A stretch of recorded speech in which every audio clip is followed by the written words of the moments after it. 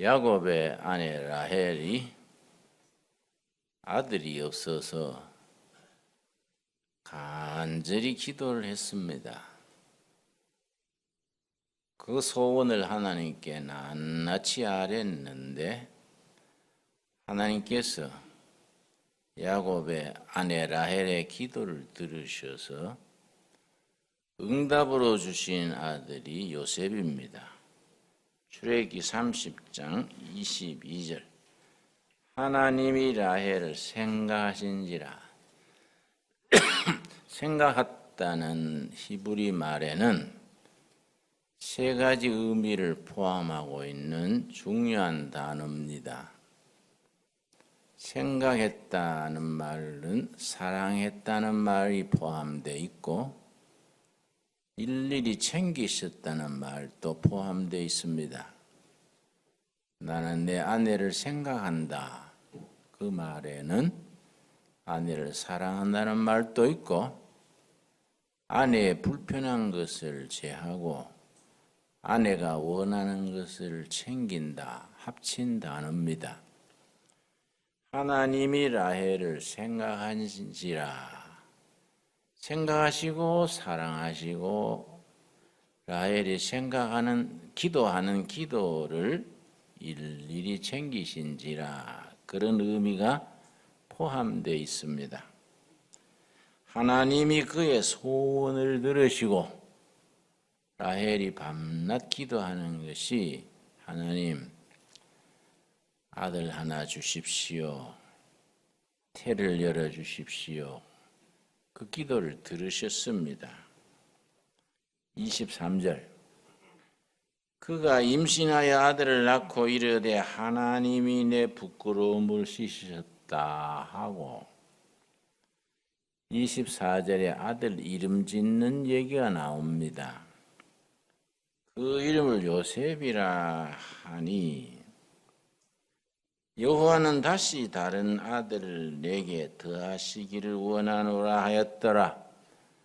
요셉이라는 이름이 좀 특별합니다. 아들 하나 더 주세요. 그 뜻입니다. 그렇게 간절히 원하다가 하나님이 아들을 주셨으면 감사합니다 해야 될 텐데 하나 더 주세요. 이 요셉입니다. 참 재밌는 이름이에요. 그렇게 원하던 아들이 주셨으면 얼마나 감사하겠습니까?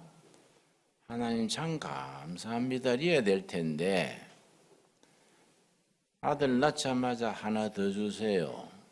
요셉. 그래 하나 더 주신 아들이 베냐민입니다. 하나님 그 기도를 응답하셨습니다. 그 요셉의 이야기는 우리들의 신앙생활과 밀접한 관계가 있습니다. 요셉을 구약의 예수, 작은 예수 그렇게 부릅니다. 5가지 점에서 요셉은 예수님을 닮았다. 그렇게 말합니다. 첫째는 요셉은 형들의 미움을 받아서 형들에 팔려서 뜬금없이 애굽의 종으로 팔려갑니다. 예수님은 제자 유다에게 팔려서 제사장들에게 넘겨져서 십자가형을 받게 됩니다.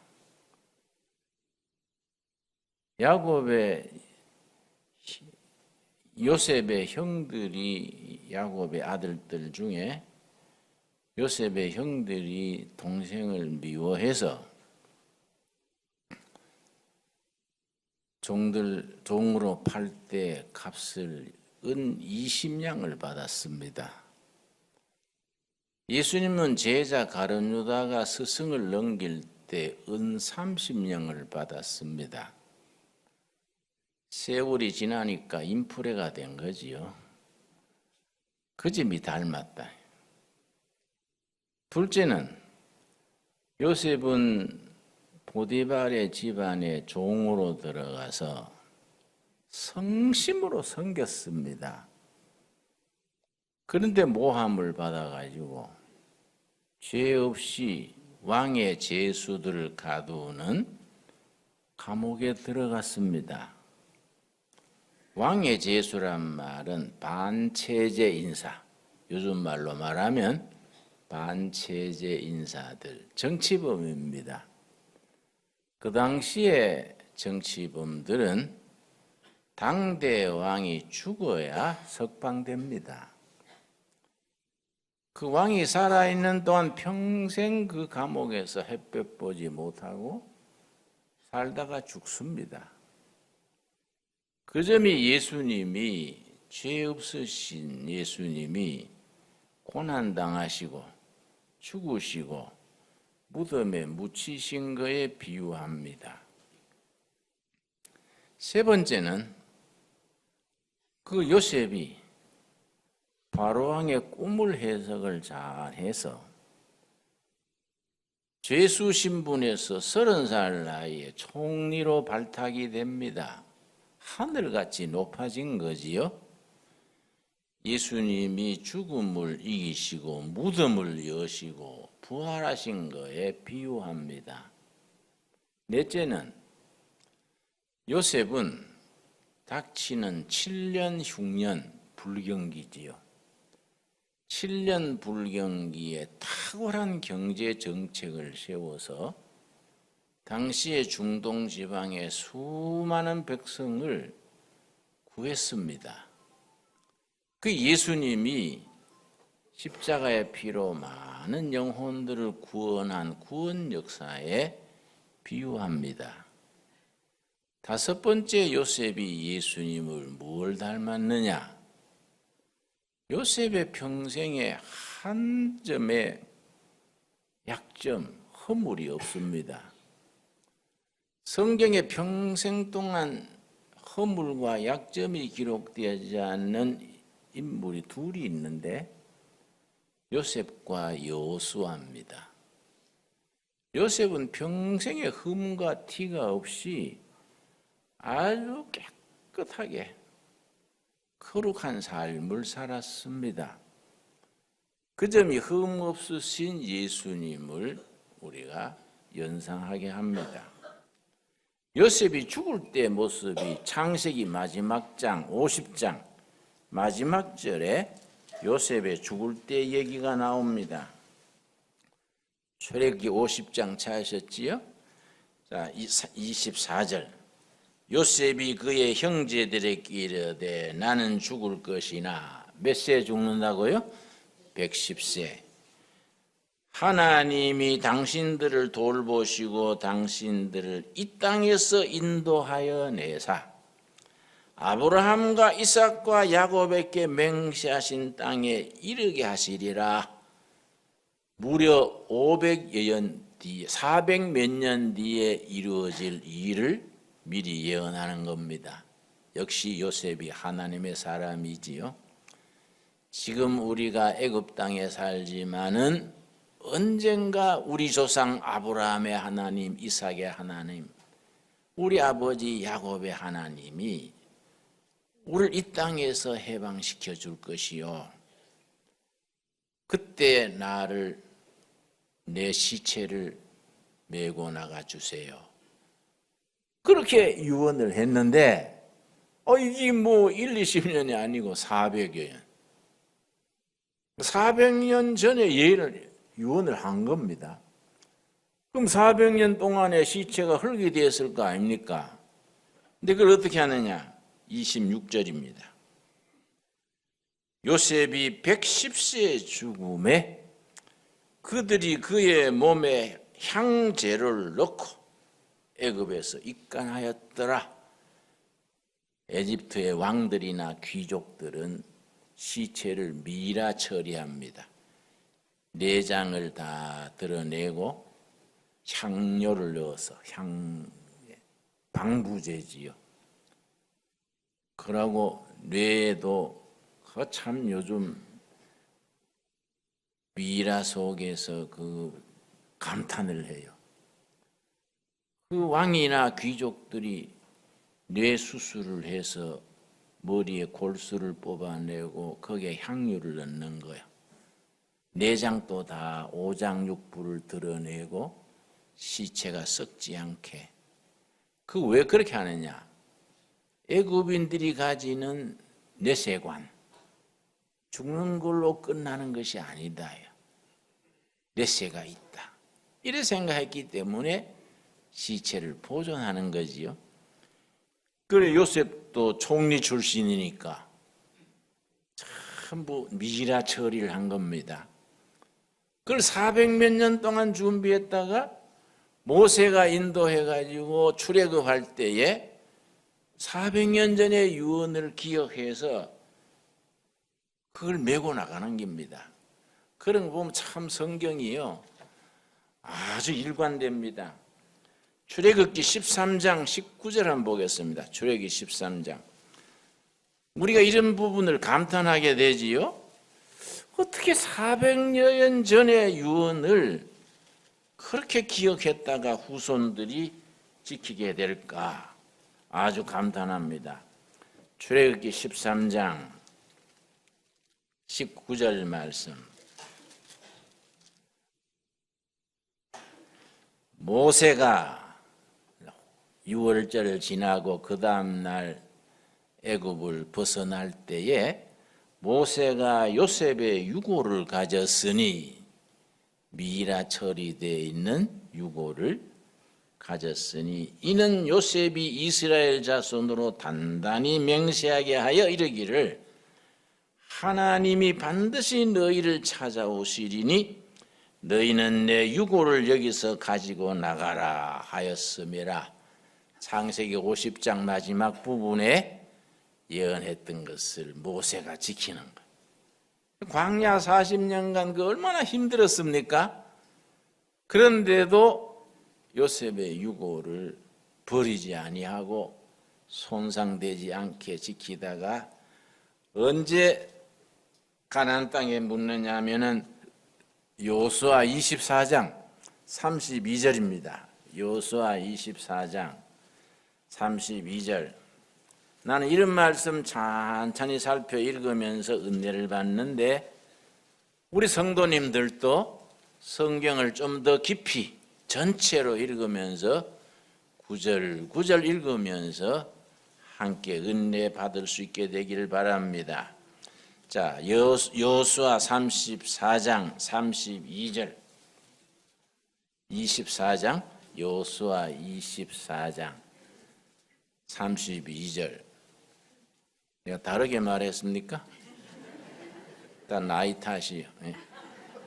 내가 몇 년 뒤에 설교하다가 부처님 이르시기를 그렇게 안 나가도록 여러분 기도해 주시기 바랍니다. 32절. 또 이스라엘 자손이 애굽에서 가져온 누구지요? 요셉의 뼈를 세겜에 장사하였으니. 여호수아 24장은 여호수아서의 마지막 장이거든요. 이걸 세겜 회의라 그래요. 요셉이 고별 설교입니다.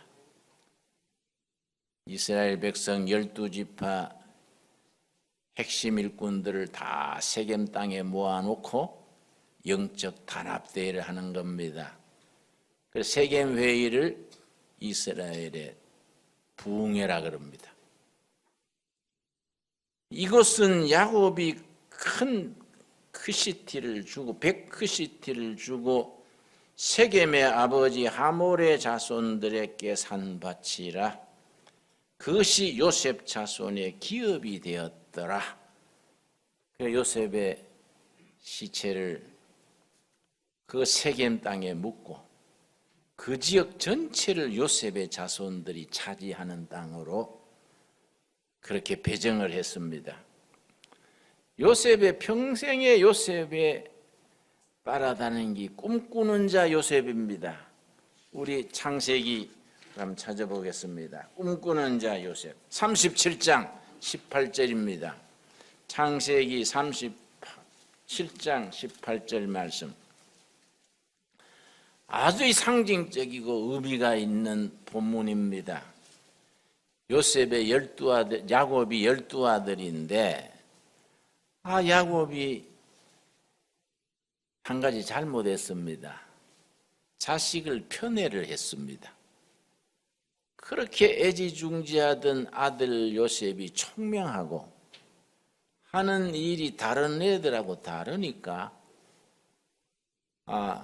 야곱, 라헬 부부가 요셉을 자꾸 받들고 옷도 꽃가옷을 입히고 특별히 편애를 하니까 형제들의 미움을 산 거지요.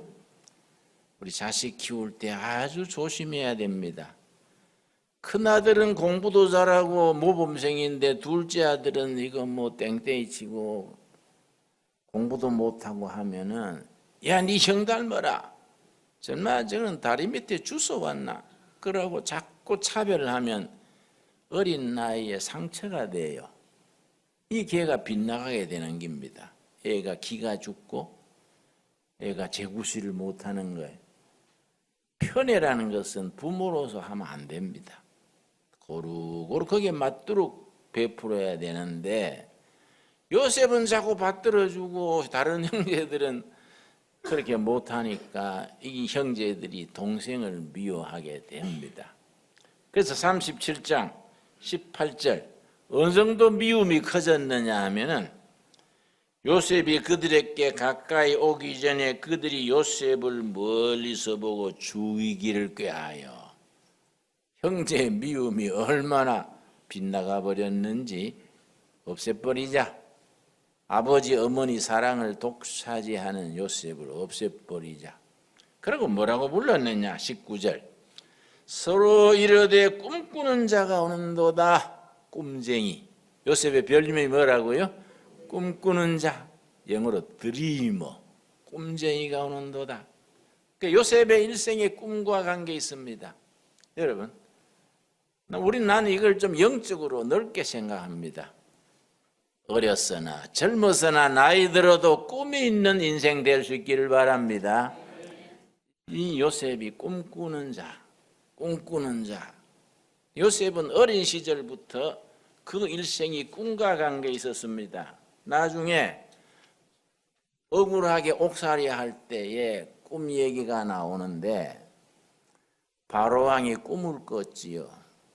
바로왕의 꿈 얘기 기억하시지요? 창세기 41장입니다. 바로왕이 꿈을 꿨는데 살찐 암소 7마리, 병든 새파랗게 마른 암소 7마리. 그런데 나중에 나온 새파란 마른 암소가 살찐 암소 7마리를 잡아 먹어버리는 거예요. 이상한 꿈이니까 그 비슷한 꿈을 또 꿨지요.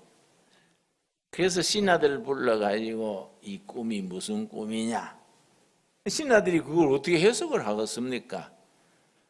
그러니까 왕의 신하 중에 한 사람이 내가 감옥 살 때에 히브리에서 온 청년 요셉이란 청년이 그 기가 막히게 꿈 해석을 잘하던데 걔를 불러다가 한번 물어보시지요.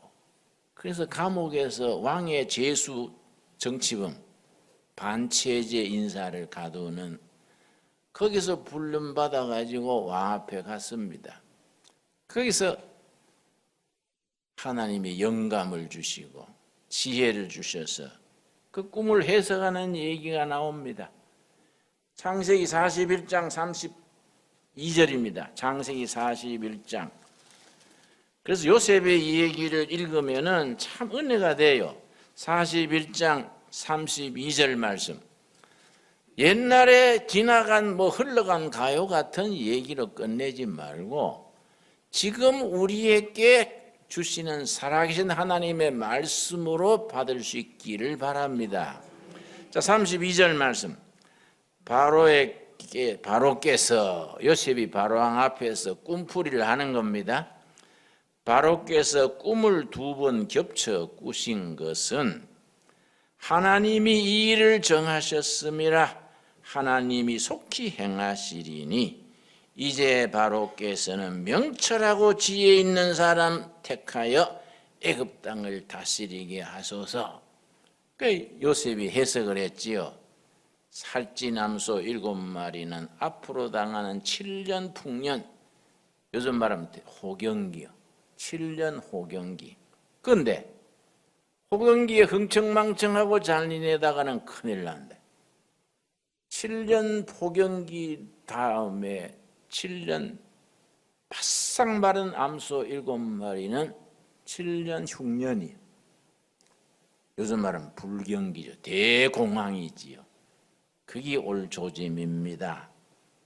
폐하께서 지혜로운 신하를 세우셔서 7년 풍년 때 7년 흉년 불경기를 예방하십시오. 아이, 탁월하지 않습니까? 그러더니 바로가 야, 이 보통 사람이 아니구나. 37절이지요. 창세기 41장. 그래서 경제장관으로 세우는데, 총리로 세우는데 요즘 우리나라에 꼭 필요한 겁니다. 41장 37절. 바로와 그의 모든 신하가 이 일을 좋게 여긴지라. 바로가 그의 신하들에게 이르되 이와 같이 하나님의 영에 감동한 사람을 우리가 어찌 찾을 수 있으리요?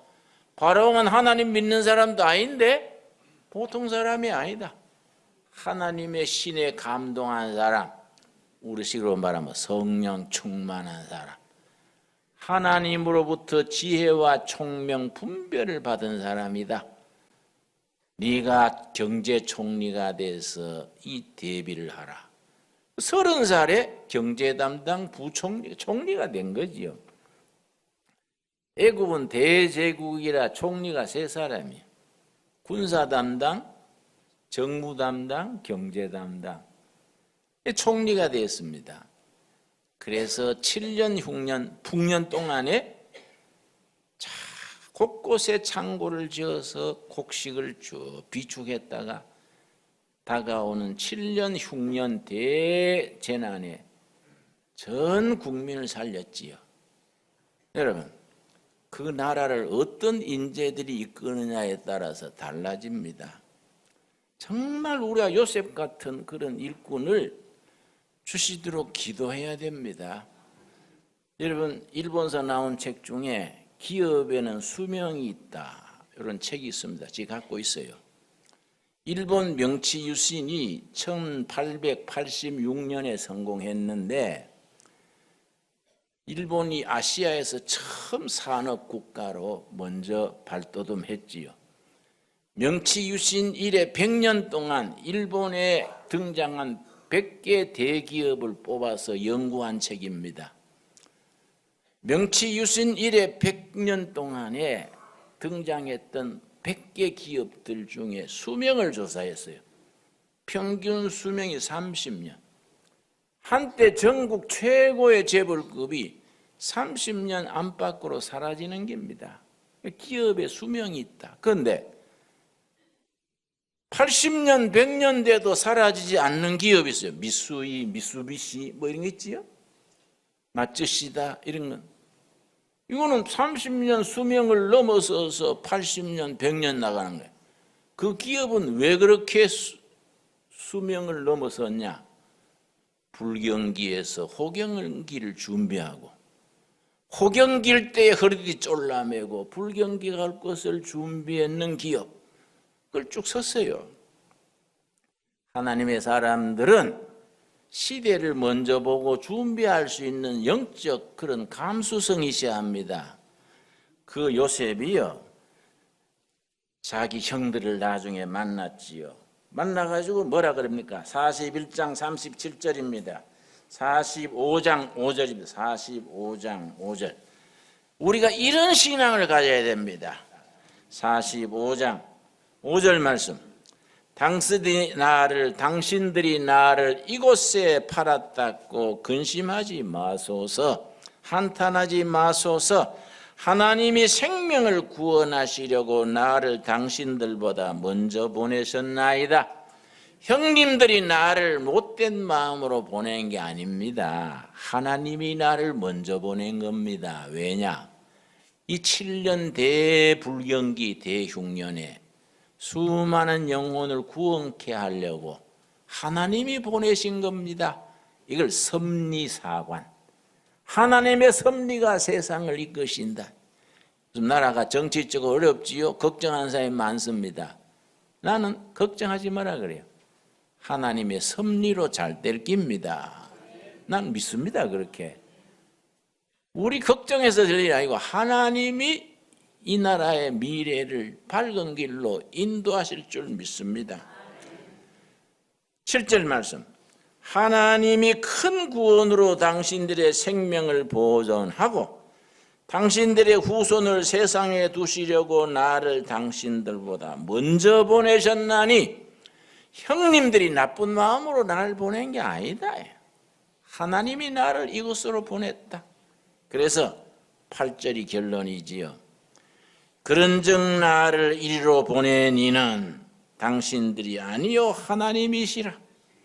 하나님이 나를 바로에게 아버지로 삼으시고 그 온 집의 주로 삼으시며 애굽 땅의 통치자로 삼으셨나이다. 하나님이 나를 구원 역사를 베풀려고 보내신 거니까 형님들 염려하지 마십시오. 하나님의 섭리로 이루어진 일입니다. 여러분, 저는 생각지도 않는 동두천 세목골에 와서 새로 교회를 시작해서 우리 모였는데 어쩌다가 이 꼴짝에 왔다. 난 그런 생각 안 합니다. 하나님이 뽑아서 여기로 보내신 줄 믿습니다. 하나님이 우리를 통해서 통일한국 시대에 뭔가 깃발을 올리라고 우리를 미리 보내신 줄로 믿습니다. 확신을 가지고 확신. 우리가 우연히 이래저래 누구 가보라 해서 온 게 아니다. 하나님이 계획을 따라서 이 꼴짜기로 보내서 둘의 교회, 둘의 수도원, 하나님의 영적인 축복의 동산을 만들려고 우리를 모아주신 줄로 믿습니다. 기도하겠습니다.